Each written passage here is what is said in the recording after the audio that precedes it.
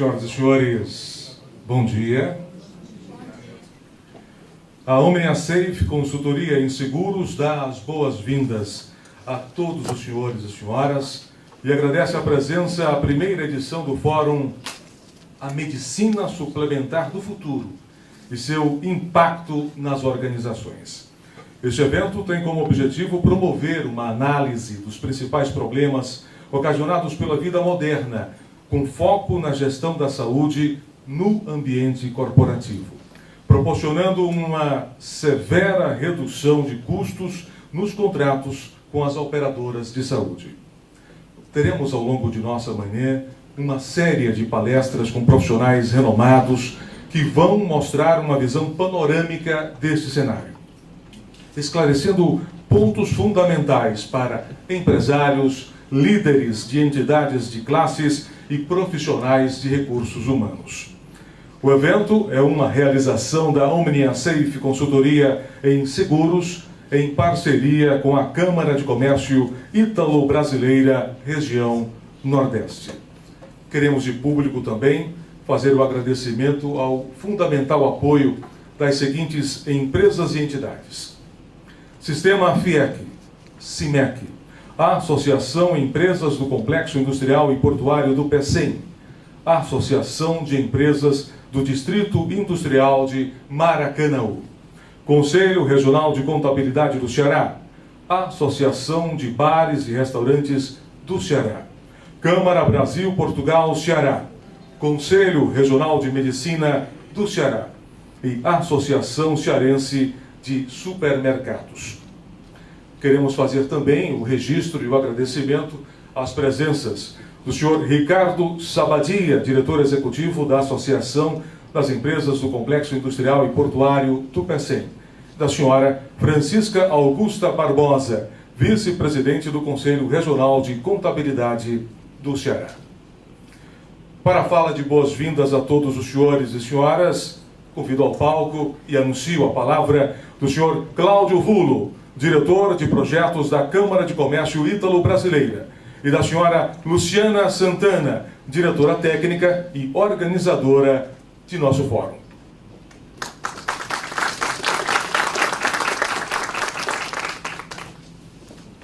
Bom dia a todos. É uma grande satisfação, é uma grande honra para a Câmara de Comércio Ítalo-Brasileira, região Nordeste, estar aqui novamente na Casa da Indústria, na FIEC, para realizar mais um evento de grande prestígio. Hoje estaremos com grandes palestrantes, conhecer temáticas muito relevantes que serão abordadas de forma moderna e com profundo conhecimento, numa área muito importante para empresas de todos os setores da economia do Ceará, área de saúde e medicina suplementar. Eu espero que essa parceria que estamos começando hoje, a partir desse fórum, possa trazer novas soluções e uma nova forma de abordagem de tantas questões e tantas problemáticas que a área de saúde, a área de medicina suplementar, trazem dentro das nossas empresas. Então, eu agradeço primeiramente a FIEC, todas as entidades que ajudaram na divulgação e na realização desse evento, e deixo a palavra com a Luciana, e desejo a todos vocês de aproveitar ao máximo esse evento e a presença de nossos prestigiosos palestrantes. Obrigado.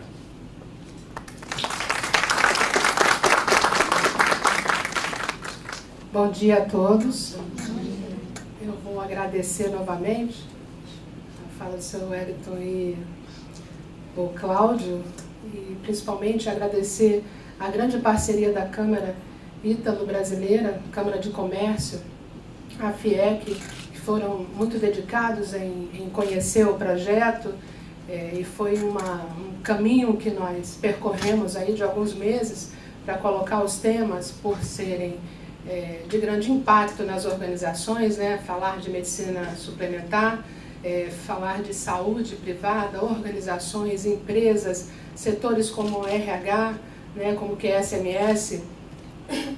Eu tive a oportunidade de ligar para algumas pessoas conforme as inscrições eram feitas e percebi que nós tivemos muitos médicos do trabalho, pessoas que é SMS, né, profissionais liberais, profissionais de enfermagem. Isso, a equipe, nos brainstorms que nós fazíamos do evento, isso foi muito positivo. Eu cheguei a comentar com algumas pessoas no café que isso é importante, porque está se ampliando essa visão desta triangulação, que é a relação mais próxima da medicina do trabalho das empresas, do RH, né, e da gestão de pessoas, porque este assunto medicina suplementar, e nós falamos com muito simples, o plano de saúde, a cobertura médica, a intenção da OmniaSafe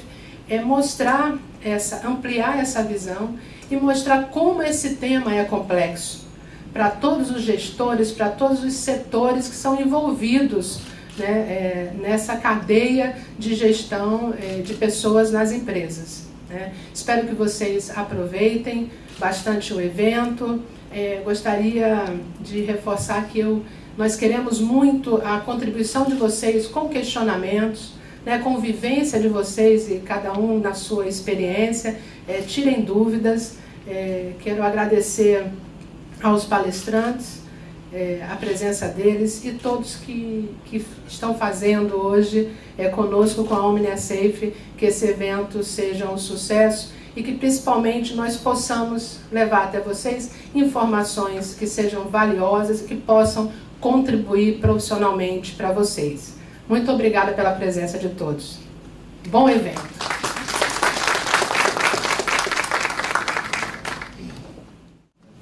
Para abordar o tema Um Raio-X Mercado, um raio-x sobre produtos e perfis de consumidores, teremos agora a fala da doutora Silvia Paulina. Doutora Silvia Paulina é mestre em saúde pública na área de políticas de saúde pela Escola Nacional de Saúde Pública e pós-graduada em administração hospitalar pela Universidade Estadual do Rio de Janeiro e processo civil pela Faculdade Gama Filho. É especialista na área de saúde suplementar pela Agência Nacional de Saúde na DIPRO e diretora da CIPMA Consultoria. Com os senhores e com as senhoras, doutora Silvia Paulina.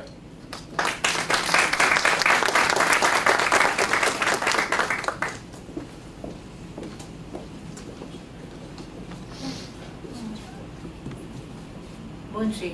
Italiano não gosta de falar com as mãos, né? Então é bom segurar alguma coisa para não fazer besteira. Gente, bom dia. Primeiramente agradecida de estar aqui. Eu conheço várias cidades do Norte e Nordeste, mas não tinha vindo ainda aqui no Ceará. Só ouço falar das belezas, né? Apesar de algumas outras notícias não tão agradáveis, que a gente não precisa comentar, muito parecida com o que anda no Rio de Janeiro. Mas a cidade é linda e faz com que a gente esqueça qualquer uma dessas informações ruins. Advogado fala muito, eu vou me conter para apresentar para vocês um cenário. Como cenário, eu vou trazer dados de um mercado que eu não sei se todos conhecem.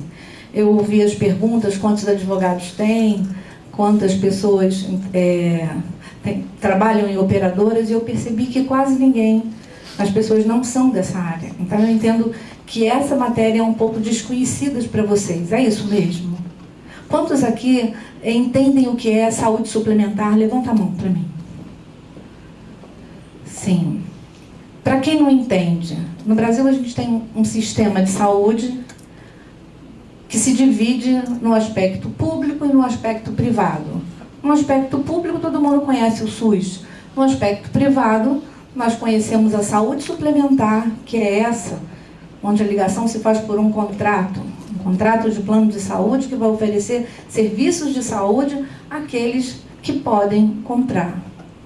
E existe a saúde privada propriamente dita, que são aquelas empresas, aquelas pessoas ou físicas ou jurídicas que prestam serviços sem a participação de nenhum convênio. Estão fora da regulação. Mas o que eu vou mostrar para vocês são apenas dados estatísticos para vocês conhecerem o universo da saúde suplementar. Tá bom? Então, vou tentar fazer de uma maneira rápida, objetiva. Como a gente vai ficar um tempo ainda de intervalo ou após, Quem tiver algum interesse pode escrever para a Omni, pode passar um e-mail, pode ligar ou pode nos perguntar. Tá bom assim? Então a gente vai começar. Isso, tá aqui. Eu escolhi esse ícone para dar a ideia de quando a gente fala de cenário de saúde suplementar, um tema extremamente complexo. Primeiro, porque está salvaguardado na Constituição, como o Dr. Cláudio falou, estamos lidando com saúde, saúde é uma garantia fundamental, uma cláusula pétrea, ninguém pode mexer. Então, quando uma operadora vem para o mercado numa relação consumerista, ele tem que ficar muito atento. Ele não está vendendo joias, carro, sapato, roupa. Ele está vendendo o quê? Se não está vendendo, está se propondo a dar o que às pessoas? Saúde. Só que esse bem regulado está na Constituição. Então, daí já dá para perceber a dificuldade de que é lidar com o mercado de saúde suplementar. Estamos esbarrando no direito constitucional, porque se diz, cuidado, olha bem o que você vai fazer. Por que tantas liminares? Por que tanta judicialização? Por que não se leva a educação para a judicialização, mas se leva a saúde? A educação também está lá, é um bem constitucional. Qual será o motivo? Judicialização da saúde tem dinheiro envolvido, e não é pouco, é muito. Quem vocês acham que ganha com a judicialização? A operadora? O consumidor? Não, os interesses privados que rondam esse mercado. Para o operador é prejuízo. Para o beneficiário, que a princípio pode ser prejuízo porque ganha uma sentença, no final, na hora de se comprar um plano de saúde, toda essa orquestração econômica gerada pela judicialização, quem paga o preço? O cliente, na hora de se manter no plano de saúde, com os preços novos de mercado, com os reajustes de sinistralidade, ou seja, tudo recai em cima do consumidor. Então vamos entender a dificuldade que é para um órgão que se propõe a regular esse mercado, atender interesses de classes tão distintas. Numa ponta, o médico, o prestador de serviço. O que ele espera? O que o médico espera nessa relação? O que aguarda? Qual é o interesse de um médico dentro de uma relação da saúde suplementar? Alguém se arrisca a dizer? Nada? Não teria. Posso chutar?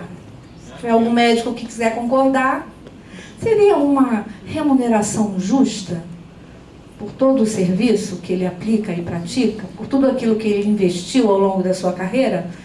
Posso pensar que sim? E o beneficiário? O que ele aguarda? O que ele espera?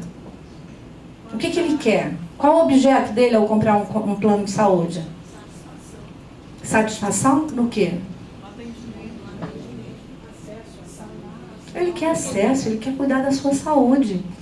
Ele procura a cura, o cuidado, o bem-estar. Tanta coisa envolvida. E para as operadoras? O que sobra? O que será? O que faz hoje um grande empresário atuar na área do mercado de saúde suplementar? O que ele quer? O que ele busca?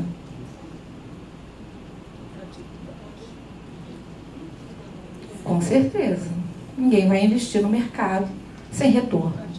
Não existe essa possibilidade. Por mais filântropo que alguém queira ser, não tem espaço muito no mercado capitalista. Certo? Então hoje a procura é ter lucro com racionalidade e atendendo o interesse daquele que confiou a você o serviço que vai ser prestado. Concorda comigo? Com essa visão vai dar para a gente entender como está essa distribuição no nosso país desses agentes, desses atores, dos beneficiários, das operadoras e um pouquinho dos prestadores. Ok? Vamos lá. Acho que eu desliguei tudo. Para variar. É aqui do lado?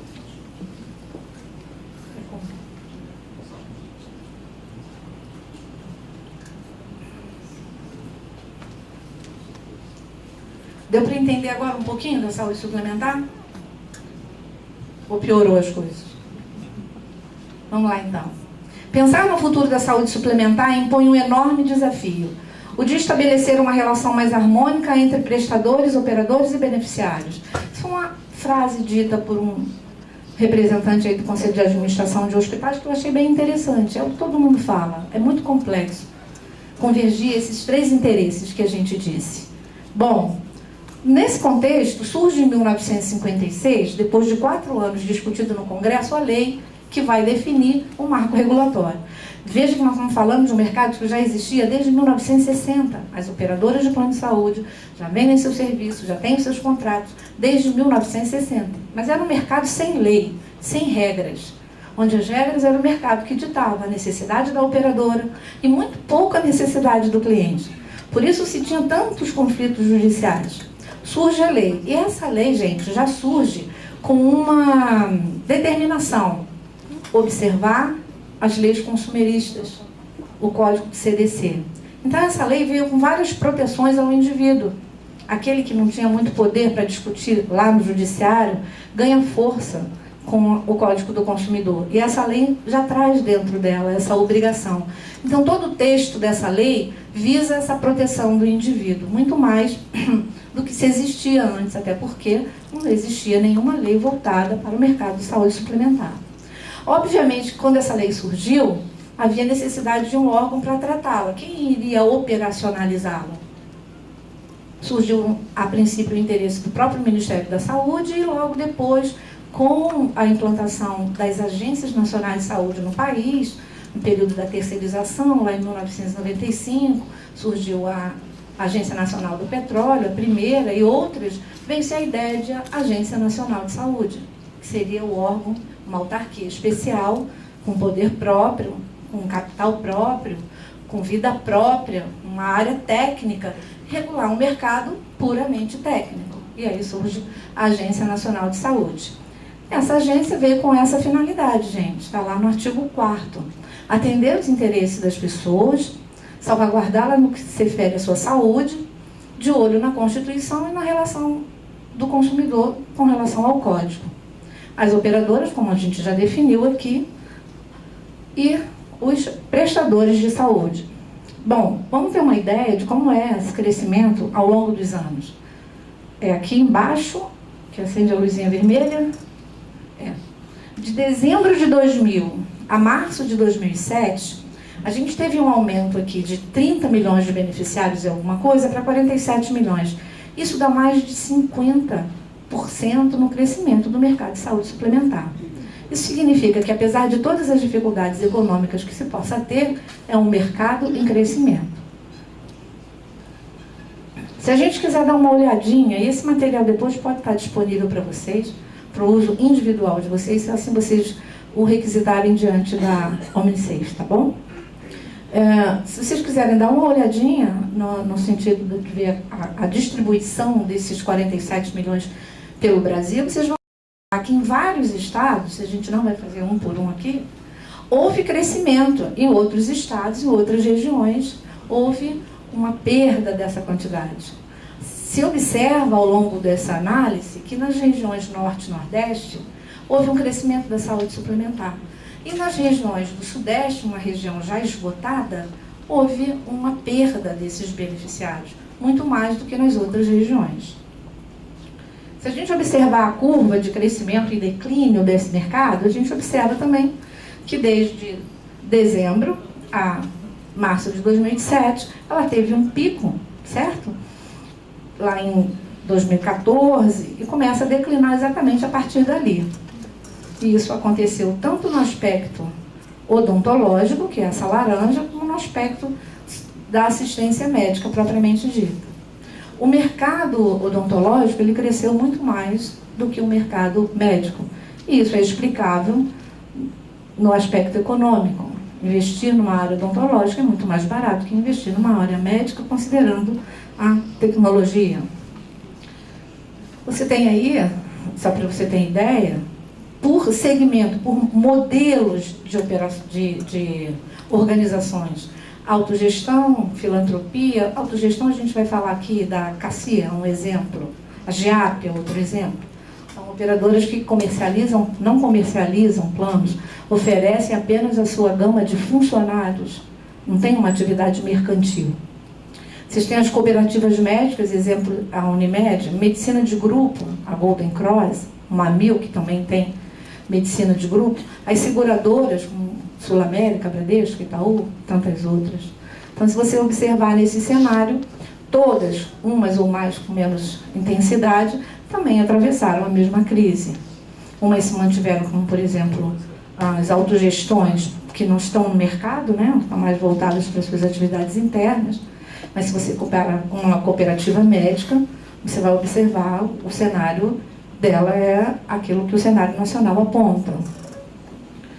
Se você quiser observar como fica a pirâmide etária com relação às idades, você vai observar que nessa faixa você tem um maior número, seja de mulheres, seja de homens, em relação às outras faixas. Isso leva a entender que o mercado está voltado muito mais para os planos coletivos. O que são planos coletivos? 70% do nosso mercado de saúde é voltado para as empresas. Então, as pessoas estão trabalhando, estão ativas, justifica essa faixa etária largada nessa faixa etária. Se a gente for olhar agora os tipos de produto que esse mercado oferece, ele oferece produtos voltados para a área coletiva e produtos voltados para a área individual. Eu, por exemplo, tenho um plano de adesão coletivo ligado ao meu sindicato. Outras pessoas o têm através da sua ou professora ou médica, são os coletivos adesões. Mas eu vejo que a maioria aqui está representada por uma empresa, onde tem uma carteira assinada. São os coletivos empresariais, que a gente chama. Então, se você observar nessa estatística aqui, você vai ver que o empresarial contém, tanto em janeiro de 2017 como em janeiro de 2018, o mercado brasileiro da saúde suplementar está basicamente voltado aqui para os produtos com vínculo empregatício, tá? Depois seguido dos produtos individuais, em declínio no país hoje. As seguradoras, por exemplo, e grande parte das operadoras não oferecem mais produtos individuais. Alguém sabe arriscar por quê? Por que não se tem interesse em oferecer um produto individual? Mas sim os coletivos. Por que as seguradoras deixaram de atuar nesse ramo? Oi? Sim, quem é que está falando? Tão baixinho que eu não... Ah, lá atrás. Ela disse um aspecto muito importante. Ela falou dos reajustes. De fato, onde há interferência. Lembra do protecionismo do CDC? O protecionismo resguarda os planos individuais e diz para as pessoas, para esses que compraram, que só a ANS pode reajustar. Por isso o reajuste da ANS fica na faixa dos 13, e o reajuste coletivo leva em conta a sinistralidade, pode ir até 40, 50, 60, 70, como eu já vi. Então é fácil entender porque as operadoras comercializam muito mais produtos coletivos e em declínio estão os produtos individuais. Há um interesse da ANS em fazer esse quadro mudar, mas a menos que a economia mude, eu acho difícil essa situação mudar. Ó, para quem está com sono, espera só mais um pouquinho que vem um intervalo depois dessa palestra, tá bom? Respira fundo na cadeira, se precisar levanta o braço, aguenta aí que já vai acabar, tá bom? Bom, só para ter uma ideia, a gente fala em número, mas é bom ver em gráficos, né? A gente visualiza mais rápido e grava, tá? A assistência médica, tanto numa quanto noutra, você vai ver que o produto coletivo empresarial é muito maior do que os demais produtos. Apesar desse declínio, apesar da dificuldade, é um mercado que ainda suscita novos atores. Olha o que a gente tem de registros novos nesse período de março de 2007. Ainda tem gente querendo abrir operadora, tanto na área médica, até mais do que na área odontológica. Hoje, no nosso mercado, a gente tem 780 operadoras hospitalares. Nós vamos trabalhar aqui com operadoras em atividade, 920. E operadoras exclusivamente odontológicas, 370. Operadoras com beneficiários, por que essa diferença? De 920 para 780. Porque aqui grandes grupos estão em processo de cancelamento, liquidação, estão na fase de extinção, de desaparecimento do mercado. Tá? Então, elas têm... as que têm beneficiários são ativas e as outras estão nesse processo de transferência de carteira. Ok? Operadoras de plano privado, com relação a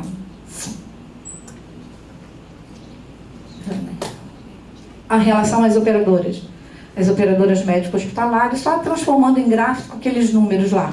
920 para operadoras em atividade e operadoras com beneficiários logo abaixo dos 780. Só para vocês olharem em gráfico, fica mais fácil a gente gravar em gráfico do que. Aí vocês me perguntam como é que está esse mercado. É um mercado monopolizado? Como é que está esses 47 milhões de pessoas que são distribuídas por quantas operadoras? Como é que estão isso? Aí a gente tem uma curva que eles chamam aqui, né, de curva ABC, onde uma operadora concentra 8% desse mercado. 3 milhões, quase 4 milhões, mas 3 operadoras concentram 20%, 6 operadoras 31%. E depois as 100 operadoras finalizando lá os 47%. A título de curiosidade, vamos mostrar quem é a operadora. Isso aqui, gente, está no site da ANS, chama-se Sala de Situação. Tá? Você vai encontrar lá no site, assim, à direita. Lá, se você clicar aqui nesse pedacinho, o nome da operadora, você vai saber o quanto de beneficiários ela tem. Então, como eu disse ali, que uma operadora detém 8%, mais 3%, mais o restante, e assim vai, hoje, quem está no pódio é a 1000, tá? Aí talvez não dê para vocês verem. Em seguida, vem a Bradesco, a Pivida, a Notre Dame, a Sul América e a Unimed Brasil. São as que estão no ranking da distribuição, da concentração do mercado de saúde suplementar, onde as seguradoras, obviamente, abrangem o maior número. Só para ter uma ideia da distribuição dessa taxa de saúde suplementar pelo Brasil, onde você vê pretinho e vermelhinho, onde tem maior concentração. Então, observando o mapa do Brasil, você vê que a concentração está mesmo na região sudeste, muito mais no São Paulo e Rio de Janeiro. Mas existem também alguns municípios fora desses que concentram uma quantidade significativa de beneficiários. Então, você vai ver pontos laranja e pontos pretinhos pelo mapa, quase que um outlierzinho, tá vendo? De lugares que tem uma concentração, mas na sua grande maioria não. Isso significa para um bom investidor que ele ainda tem muito campo para abrir. É um mercado que, apesar da perda de emprego formal, se você for comparar ao mercado de saúde suplementar, ele continua empregando mais do que alguns outros setores. Aqui, só para você ter uma ideia da taxa, no Brasil a gente tem um total hoje de 24%, né? Então tem mais de 95% da população brasileira não tem plano de saúde. Por isso está atraindo investidores de outros países para cá, porque a legislação permite, a Constituição permite. Então você tem, alguém quiser comparar aqui, ao Ceará, tem apenas 14% em relação à sua população. Olha como se tem no Ceará ainda espaço para investir. Basta que se tenha prestadores de serviço que queiram também investir, certo? Aí são os restantes dos estados, a gente não precisa se demorar, mas só para comparar o Ceará com relação a São Paulo, que é o de maior taxa, 41%. Aí a gente observa a grandiosidade da diferença, certo?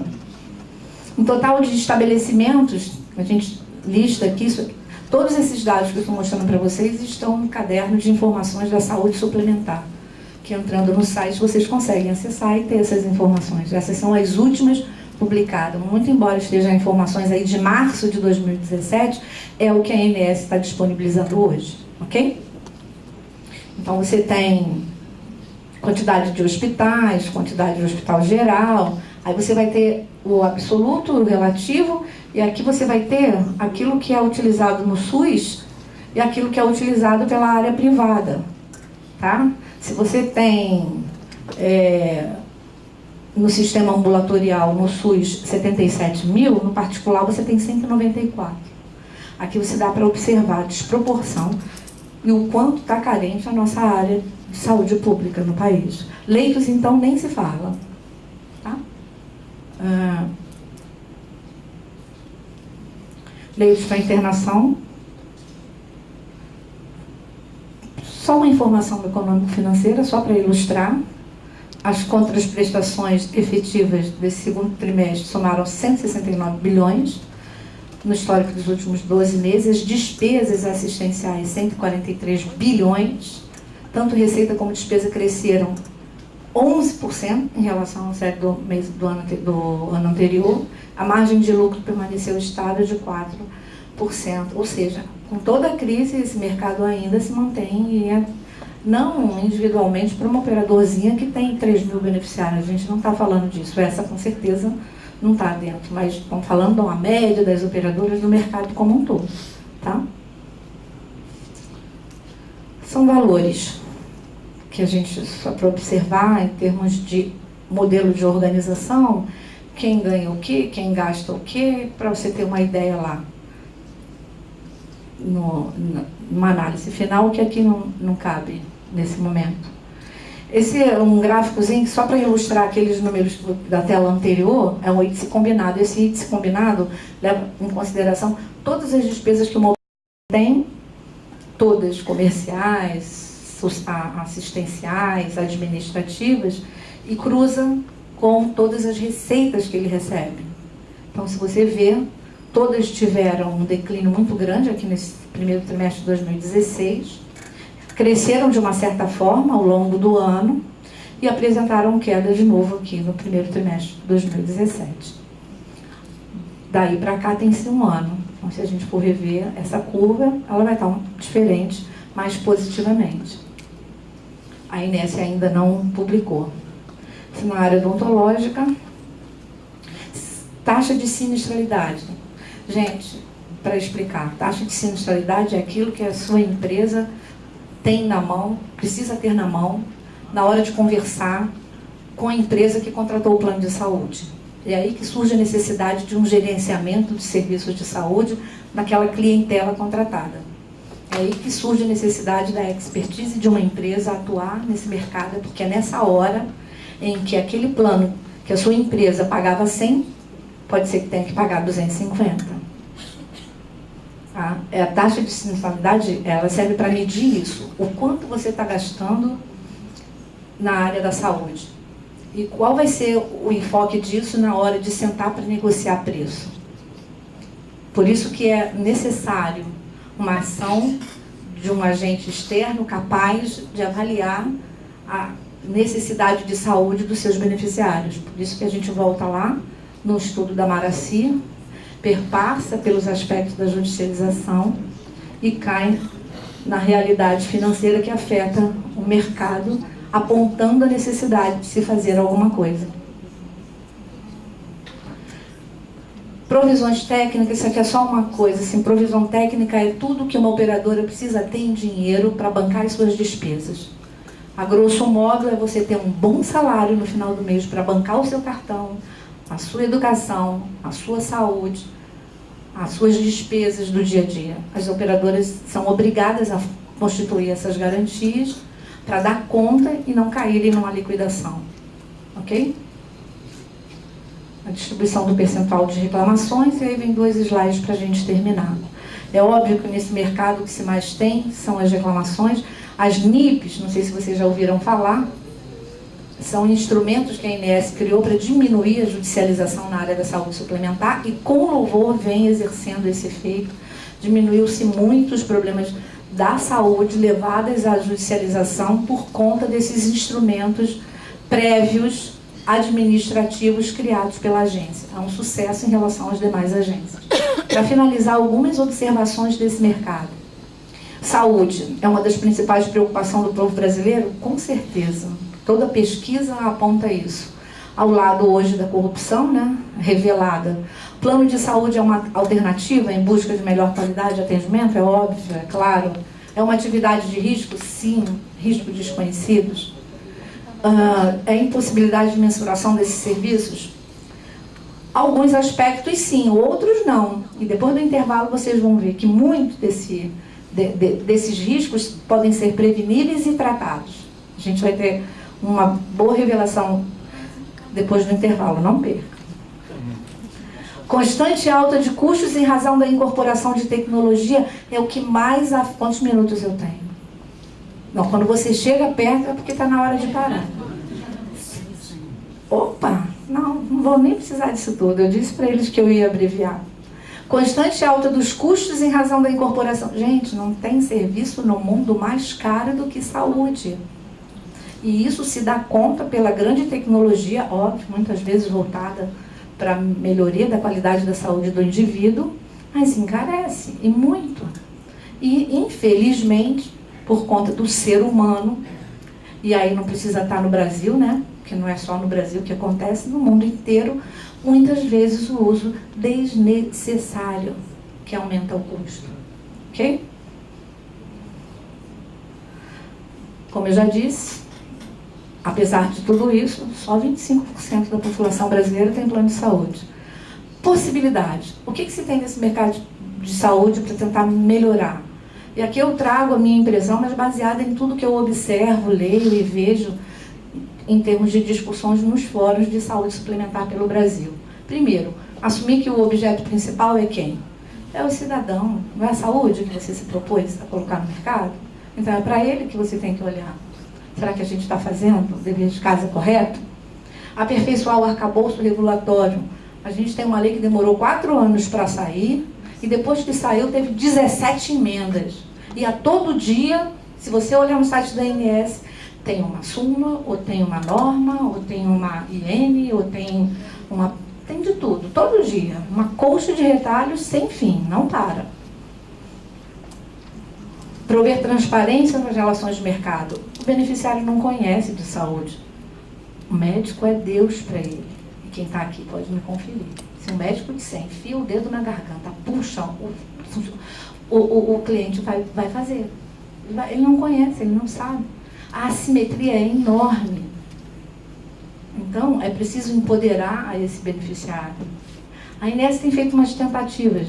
Exemplo, criou lá o partograma, que é um instrumento que se dá às mulheres grávidas para elas acompanharem e saber se as operadoras têm um bom índice de parto natural ou parto cesáreo, para que ela possa optar, para que ela possa conhecer.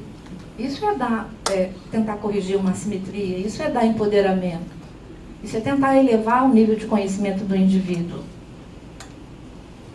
Promover empoderamento aos compradores de serviço. Acabei de dizer, adotar novos modelos de remuneração. Eu conheço sistemas e alguns. Como os profissionais médicos são mal remunerados. Como vivem na escala de sofrimento que a Maraci falou, não porque não tem material para dar, não, porque são mal remunerados, porque não são valorizados. E às vezes não têm condições de sair para um outro patamar. E se sufocam dentro daquela relação. Introdução de metodologia para gerenciamento de custo e qualidade assistencial. Gente, em todo fórum que eu vou, em toda oficina que eu assisto, tanto feito no âmbito da ANS ou fora dele, não tem um líder de operadora que não invoque isso. Que é necessário gerenciar para se diminuir custos. E com isso crescer, para que os preços possam ser mais acessíveis. Estudo epidemiológico e exames periódicos. Das operadoras que eu já trabalhei, estão mais de 30 anos no mercado, poucas fazem um gerenciamento da sua carteira, muito poucas. E quem faz tem sucesso. Criar mecanismo para identificar com a maior precisão possíveis os efeitos dos custos que determinado grupo causam à carteira. Quem são esses? Como tratá-los? O que fazer? Um exemplo rápido. Eu trabalhei para uma operadora no interior do estado, e essa operadora tinha uma senhora beneficiária que era diabética. E todas as vezes que o marido viajava, ela se empanturrava de tudo que pudesse causar a ela uma internação no hospital. E ela ia para o CTI, com certeza. E a primeira coisa que se fazia era procurar um parente para avisar, certo? Porque ela estava sozinha, né? Estava uma assistente social. E acionava o marido. Aí o marido vinha de qualquer parte do mundo, que talvez viajasse até para fugir do contexto da mulher, eu não sei lá, mas ele telefonava para que ele voltasse. E a mulher logo se recuperava e ia embora para casa. Isso ela fazia sucessivamente. A operadora precisou intervir. De que maneira? Uma operadora pequena, com menos de 10 mil beneficiários, um custo de uma pessoa no CTI, vocês têm ideia do quanto é? Então, a operadora precisava fazer alguma coisa que não era regulamentação, que não estava na lei da ANS. A ANS não dá essa receita de bolo. Foi conversar e criaram uma equipe multidisciplinar, um psicólogo, assistente social, nutricionista, E a mulher passou a ser visitada por todos esses profissionais. Saciaram o interesse, descobriram a causa. E ela deixou de marcar ponto no CTI daquela operadora, com a intervenção. Muitas vezes é necessário ir além, conhecer os históricos, aquilo que a Maraci mostrou para vocês, para se identificar quais são os grupos, quais são as necessidades, quais ações se devem ser feitas. Concluindo já, realização de ações de prevenção à saúde, que é o carro-chefe de toda essa discussão, implantar medidas que permitam reduzir o uso excessivo e muitas vezes desnecessário da tecnologia de alto custo. E investir para evitar que os beneficiários de hoje, com 30, 40, lembra a faixa etária que eu mostrei? Não sejam quem? Os doentes de amanhã. Estou falando de mim não, porque eu já estou doente hoje, mas estou falando daqueles de 30, 40 que estão nas empresas que precisam ser tocados por essa nova maneira de pensar, por essa nova ideologia, se quiser ter um resultado lá na frente diferente. Senão, a gente continua na mesmice que a gente está hoje. Gente, muito obrigada pela oportunidade e espero que vocês tenham saído daqui mais ou menos com uma ideia de como funciona esse mercado de saúde suplementar, ok? Um bom intervalo a todos e um bom dia. E para o encerramento de nosso fórum, convido aqui à mesa a senhora Luciana Santana, diretora técnica e organizadora de nosso fórum, e o senhor Mário Elias Rocha, diretor comercial da Omnia Safe.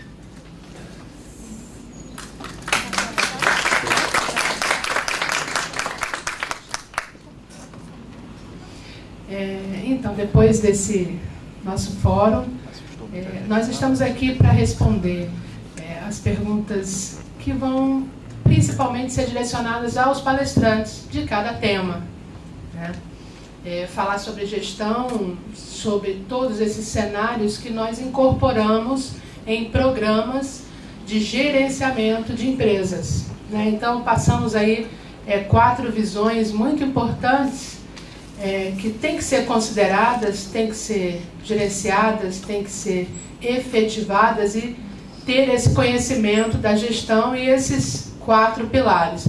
É óbvio que nós temos muitas outras, é um assunto muito capilarizado, né? A gestão de pessoas envolve RH, como nós falamos, medicina ocupacional, gerenciamento, toda a forma que a empresa vê esse colaborador, né?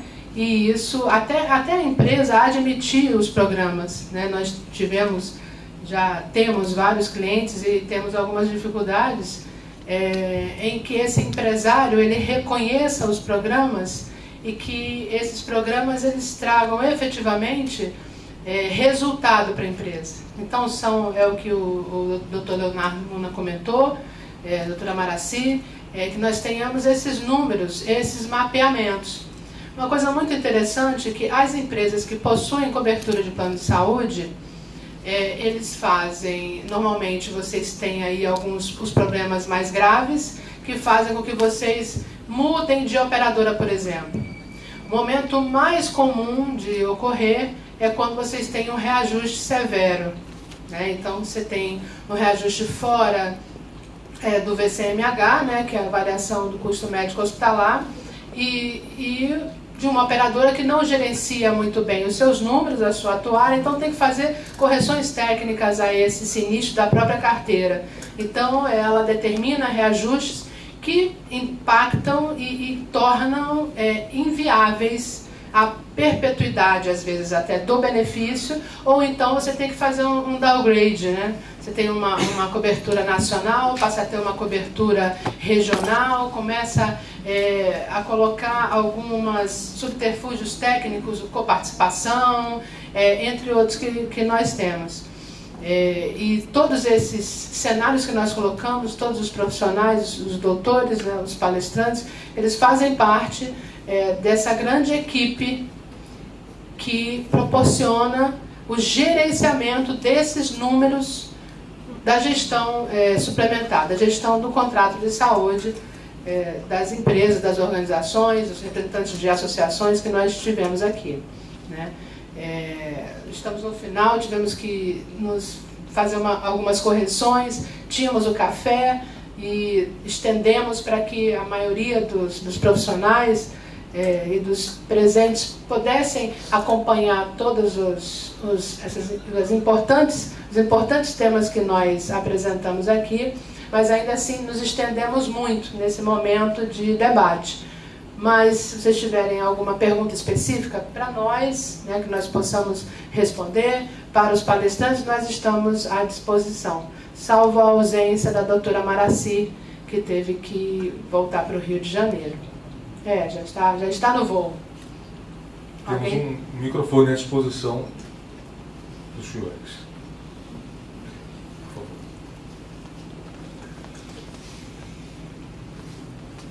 Peço a gentileza, se a senhora pudesse identificar, por favor.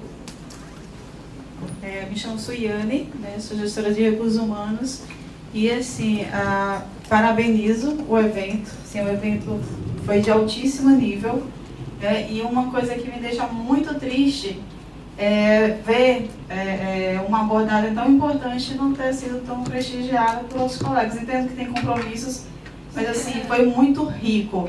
E assim como o doutor Leonardo colocou, eu também sou uma grande questionadora dos meus colegas da área de RH, né? Porque a gente vê muito programas de qualidade de vida de fachadas. Sim. É onde se coloca um espaço que alguém deita e tal, mas não vai a fundo o que causa realmente o mal-estar dentro das empresas. Exato. Por que o nosso colaborador vai tanto no médico? Por que ele faz tanto exame?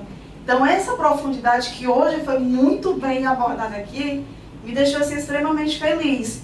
E eu queria assim, saber, como representantes do evento, como que vocês pretendem despertar, através das empresas associadas, né, a FIEC, porque o que eu ainda vejo? As pessoas correndo atrás da tecnologia, as pessoas correndo atrás de ferramentas de seleção, ferramentas como RH, ferramentas de T&D, estão tratando assim a pessoa como o ser produtivo, mas esquece a essência do ser humano, que é a que adoece, que é a que tem conflitos familiares, como foi bem colocado na primeira palestra, né? Então, assim, me preocupa enquanto gestora de RH, a gente está indo para um mundo tecnológico, mas não está preparando as pessoas para esse mundo. Desprezando, né? O humano. Isso, porque assim, a gente vai ter, com certeza, algumas atividades robôs e por aí vai. O Watson. O Watson está por aí. Exato. Mas e o ser humano, como é que ele está sendo pensado para receber toda essa tecnologia, se a gente já tem um cenário não muito favorável? Tem uma pesquisa da ONU agora recente que diz que em 2020 nós vamos ter o maior número de pessoas improdutivas por depressão. Exato. A Maraci passou essa mensagem hoje. Exato. Então, assim, me preocupa isso. Então, como é que a gente, enquanto recursos humanos, a gente pode sair desse contando, claro, com essa questão que eu acho que hoje é um benefício que chama muito a atenção do funcionário, que é o plano de saúde, que é ter essa seguridade para a família dele, para ele. Mas como que a gente vai conseguir trabalhar isso dentro dessas organizações que ainda não estão enxergando que o ser humano está adoecendo? Muito obrigada, Suiane, pela sua pergunta, foi excelente. Muito obrigada por ter dado seu depoimento tão positivo. E os palestrantes, realmente, eles fazem parte de projetos nossos de gestão de pessoas, de empresas e de grupos, né? Por exemplo, o doutor Daniel colocou uma nova metodologia, né, de avaliação, de screening, que é feito normalmente de uma forma formulário, né, e um pouco evasivo. Você faz uma coleta ali para ver, por exemplo, glicemia, e hoje nós buscamos fazer isso num tempo menor. Isso é bom? Porque o empresário não deixa, às vezes não permite que os programas apoio ao RH, eles aconteçam porque é sinônimo de absenteísmo em horas que seja, mas é absenteísmo. Ele não consegue enxergar esse benefício, né? Então aí vai a tua colocação e a sua afirmação. Mas o mais importante, eu acho que é um diferencial da Omni, da nossa consultoria, é a continuidade. Então não adianta nem o Leonardo Luna, nem o Dr. Daniel Ianni fazer uma pré-avaliação e uma classificação desse grupo se nós não tivermos a continuidade desse monitoramento e absorção desses números. Então, nós precisamos apoiar o RH e mostrar para essa empresa, olha, quem somos nós hoje? E quem seremos nós daqui a 12 a 24 meses? Porque as pesquisas comprovam que os resultados mais efetivos e que nós conseguimos os números para comprovar é posterior a pelo menos 24 meses. Nós não conseguimos mudar a história, como o doutor Daniel falou, sem mudar os hábitos de vida, fazer com que não haja mortalidade em pouco tempo. Você tem que mudar internamente. E essa mudança, então nós temos um trabalho muito grande de endomarketing, também junto com a empresa, de forma a reconhecer o tempo laboral de todos, para que não haja prejuízo. Depois de uma pré-avaliação, todos esses colaboradores, eles passam a ter tecnologia nas mãos e nós passamos a nos comunicar com eles com aplicativos. Então, eles têm ali, por exemplo, um AMT, que é o atendimento médico telefônico. Então, ele quer algum aconselhamento, alguma dor, qualquer sintoma ou alguma dúvida que ele tenha, tanto com ele como com dependentes, ele pode ligar para esse atendimento médico, pode conversar com médicos por chat. Então, esse é o grande projeto. Eu trabalho com saúde, avaliação de pessoas em consultoria há 25 anos. Então, pegamos aí todo esse tempo, doutora Silvia, da criação da Lei 9656, né? A criação da Agência Nacional, da regulação do setor, da saúde, e cada vez mais nós conseguimos levar, aprimorar e entregar isso para o empresário, para o profissional de RH. A chamada foi muito com vocês e por vocês, né? Então é isso, fazer essa avaliação diferenciada, isso já é uma diferença, né, no contexto de avaliação e admissão de risco populacional hoje, e prestar esse monitoramento, essa continuidade de apresentação de números e comprovar a mudança no comportamento. E aí, se nós vamos comprovar que ele foi menos ao médico, não porque nós estamos tirando ele para que ele não utilize o plano, para que isso versus menos sinistralidade. Não, mas para que ele tenha mais consciência da saúde e que consigamos reverter isso. É um trabalho que tem que ser com profissionais que tem isso. Nós temos, eu acho que vocês perceberam, em comum, todos nós, essa questão da qualidade de vida. Esse foi um grande apelo, uma grande mensagem de hoje.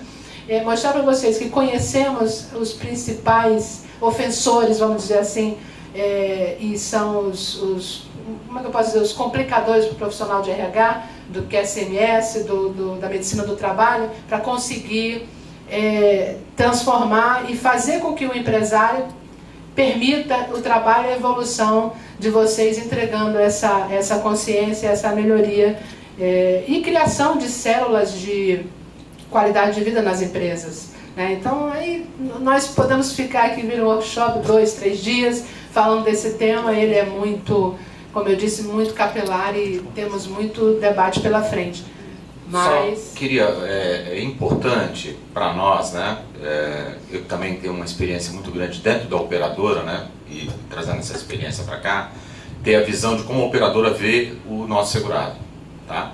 Então mapeamento, porque quando você leva uma massa para fazer qualquer negociação dentro de uma operadora, você está levando retrovisor, você está levando sinistralidade passada, você está levando casos crônicos, aí vai feita uma avaliação da frequência da utilização e aqueles picos de sinistros que todas as horas acontecem, aí vê os casos fortuitos que precisam ser cortados. Então o que a gente está propondo é mapeamento na entrada, tá? Acompanhamento, separação dos grupos, trabalhar esses grupos de forma clara, objetiva, com o que é necessário de exames para se fazer esse mapeamento, abrir programas de qualidade de vida e fazer o controle disso e acompanhar a evolução. Este é o segredo. E na hora que nós estamos levando essa massa mapeada, a operadora já vai olhar de outra forma. Porque eu não estou levando papel, já estou levando um pré-screen. Ficou claro?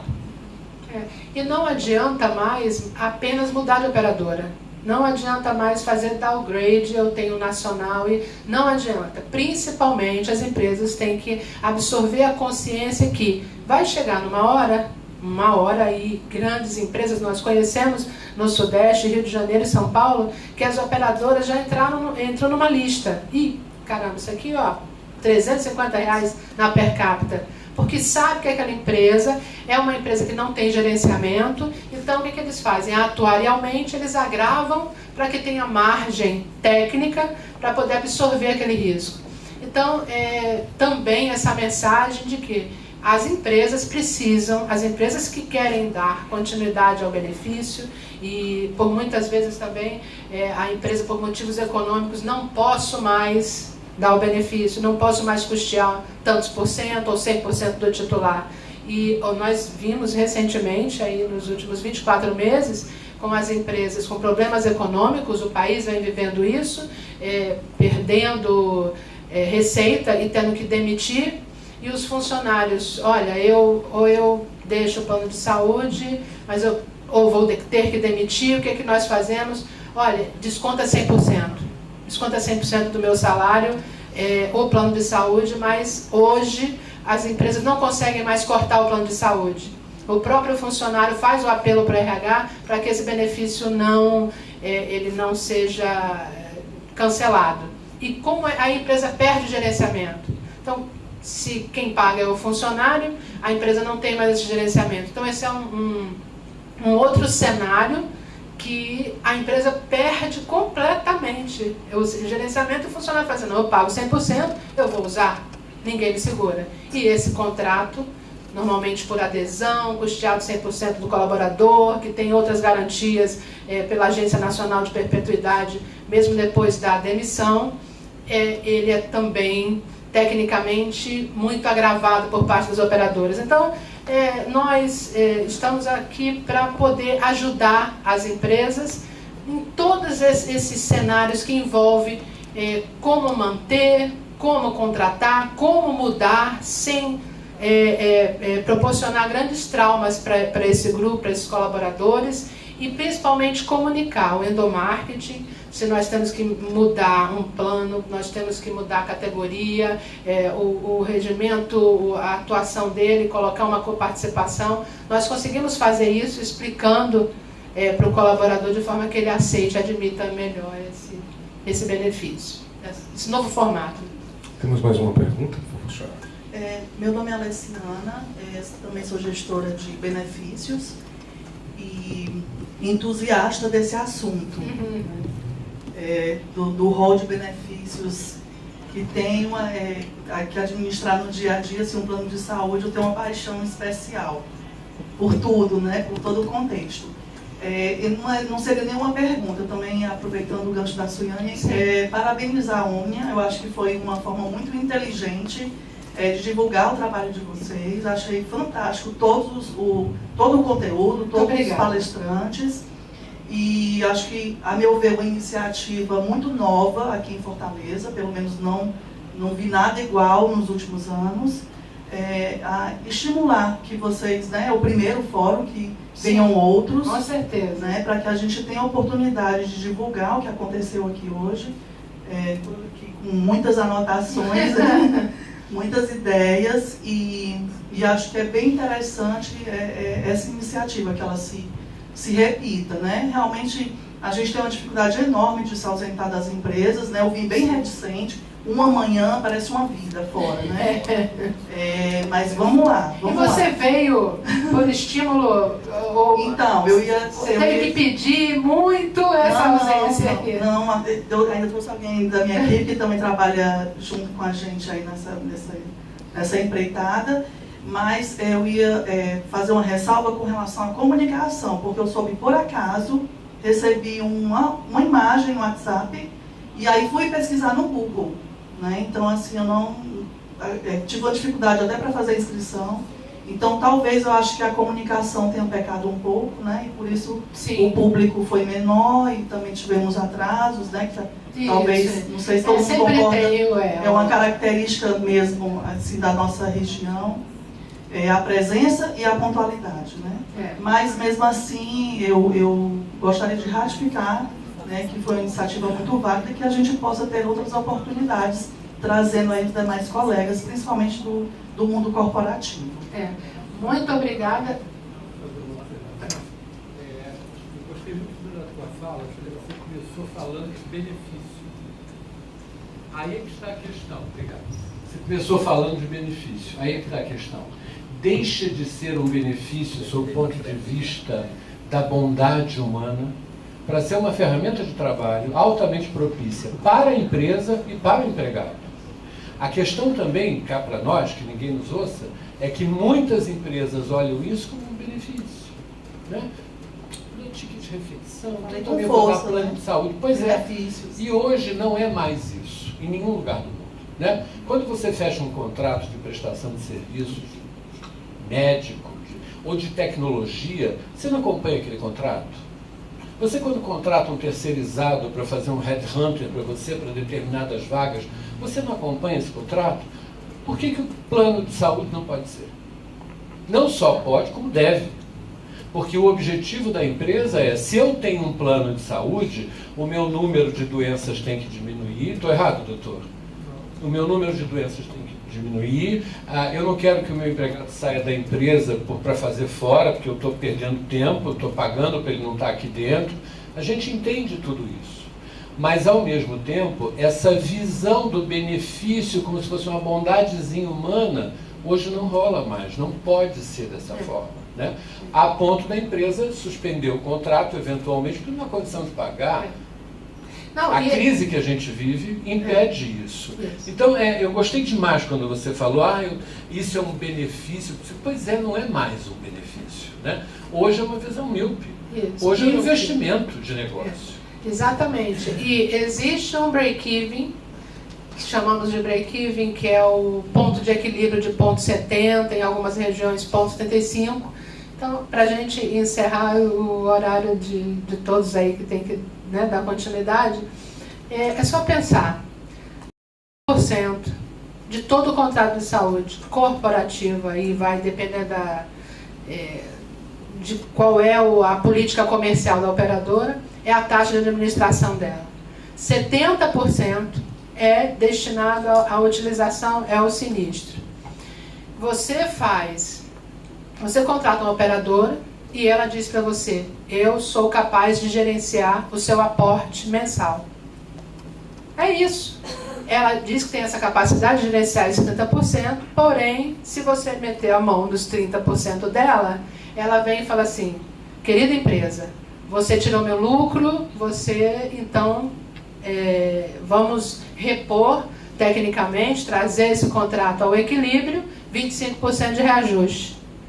Tem que ter 25% de reajuste, porque teve uma severidade, teve 1 ou 2 casos de CA, teve um acidente, uma bariátrica, uma artrodese, que são os grandes eventos que aí tiram aí os contratos da curva positiva.